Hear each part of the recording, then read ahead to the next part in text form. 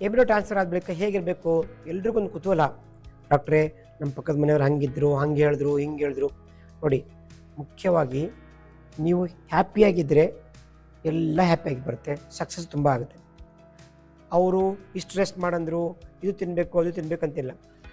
ಊಟ ತಿಂಡಿಯಲ್ಲಿ ಯಾವುದೇ ರೀತಿ ಚೇಂಜಸ್ ಇರೋದಿಲ್ಲ. ಅಂದರೆ ನ್ಯಾಚುರಲಾಗಿ ಏನು ಹೇಳ್ತೀವಿ ಅಂದರೆ ಕಾನ್ಸ್ಟಿಪೇಷನ್ ಜಾಸ್ತಿ ಆಗುತ್ತೆ ಇಲ್ಲಿ. ಅವರಿಗೆ ಮುಖ್ಯವಾಗಿ ಹೈ ಫೈಬರ್ ಡಯಟ್ ಕೊಡ್ತೀವಿ. ಅಂದರೆ vegetables, fruits, green vegetables, salads ಎಲ್ಲ ತಿನ್ನಬೇಕು ಜಾಸ್ತಿ. ಆದಷ್ಟು ಮಟ್ಟಿಗೆ ಈ ನಾನ್ ವೆಜ್ಜನ್ನು ಅವಾಯ್ಡ್ ಮಾಡ್ತೀವಿ. ಯಾಕೆಂದರೆ ತುಂಬವಾಗಿ ಅದರಲ್ಲಿ ಮಸಾಲೆ ಪದಾರ್ಥ ಯೂಸ್ ಮಾಡಿರ್ತಾರೆ, ಮತ್ತು ಬೇರೆ ಬೇರೆ ಎಲ್ಲ ಫುಡ್ ಕಂಟ್ಯಾಮಿನೇಷನ್ ಆಗಿರುತ್ತೆ ಬಂದಿರ್ತಾರೆ. ಅದರಿಂದ ಅದನ್ನು ಅವಾಯ್ಡ್ ಮಾಡೋಕ್ಕೆ ಆದಷ್ಟು ಮಟ್ಟಿಗೆ ಹೇಳ್ತೀವಿ. ಯಾವುದೇ ರೀತಿ ಜಂಕ್ ಫುಡ್ಸನ್ನು ಅವಾಯ್ಡ್ ಮಾಡಬೇಕು. ಆದಷ್ಟು ಮಟ್ಟಿಗೆ ಮನೇಲಿರೋ ಫುಡ್ಡನ್ನು ತಿನ್ನಬೇಕು.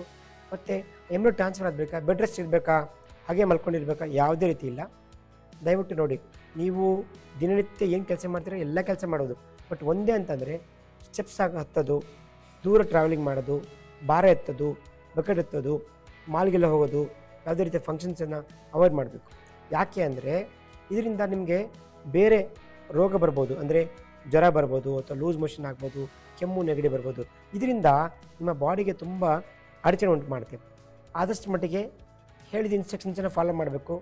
ನಮ್ಮಲ್ಲಿ ಕೆಲವು ವಿಧವಾದ ಮೆಡಿಸಿನ್ ಕೊಡ್ತೀವಿ, ಇಂಜೆಕ್ಷನ್ಸ್ ಇರುತ್ತೆ, ಟ್ಯಾಬ್ಲೆಟ್ಸ್ ಇರುತ್ತೆ. ಮತ್ತು ಡೈಲಿ ನಿಮ್ಮ ಕೆಲಸವನ್ನು ಸತತವಾಗಿ ಮಾಡ್ಬೋದು, ತೊಂದರೆ ಇಲ್ಲ. ಅಂದರೆ ಎಷ್ಟೊಂದು ಜನ IT ಪೀಪಲ್ ಬರ್ತಾರೆ, ನಾವು ಡ್ಯೂಟಿಗೆ ಹೋಗ್ಬೋದಾ, ರೆಸ್ಟ್ ಮಾಡಬೇಕಾ, ಬೆಡ್ ರೆಸ್ಟ್ ಮಾಡಬೇಕಾ? ಯಾವುದೇ ರೀತಿ ಬೆಡ್ ರೆಸ್ಟ್ ಬೇಕಾಗಿಲ್ಲ. 8 ಅವರ್ಸ್ ಡ್ಯೂಟಿ ಮಾಡ್ಬೋದು. ಮನೇಲಿ ಬಂದಾಗ ನಿಮ್ಮ ದೇಹದ ಬಗ್ಗೆ ಗಮನ ಇಟ್ಟು ನೀವು ಸ್ವಲ್ಪ ಕಾಳಜಿಯಿಂದ ಇರಬೇಕು. ಇದು 15 ದಿವಸ ಡಿಪೆಂಡ್ ಇರುತ್ತೆ. ಮತ್ತು ಆ ಫುಡ್ ಐಟಮ್ಸ್ ಏನು ತಿನ್ನಬೇಕು, ಏನು ತಿನ್ನಬಾರ್ದು ಎಲ್ಲ ಇನ್ಸ್ಟ್ರಕ್ಷನ್ ಕೊಡ್ತೀವಿ. 15 ದಿವಸ ಆಗಬೇಕಾ ಟೆಸ್ಟ್ ಮಾಡ್ತೀವಿ. ಪಾಸಿಟಿವ್ ಬಂದ ತಕ್ಷಣ ಅದೇ ರೀತಿ ಅದೇ ಫುಡ್ಡನ್ನು ಮತ್ತು ಯಾವ ರೀತಿ ಮೆಡಿಸಿನ್ ಕೊಡ್ತೀವಿ ಅದೇ ಫಾಲೋ ಮಾಡಬೇಕು.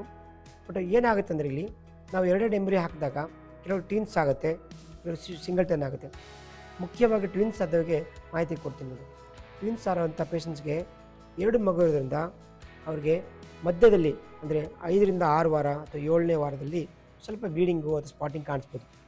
ಯಾವತ್ತೂ ಅಷ್ಟೇ ನೋಡಿ, 2 ಮಗು ಇರೋದು ಮತ್ತು 1 ಮಗು ಇರೋದು, 2 ಮಗು ಇರೋ ಮಕ್ಕಳಲ್ಲಿ ಅಂದರೆ ತಾಯಿಗೆ ಸ್ವಲ್ಪ ಕಾಂಪ್ಲಿಕೇಶನ್ ಜಾಸ್ತಿ ಇರುತ್ತೆ.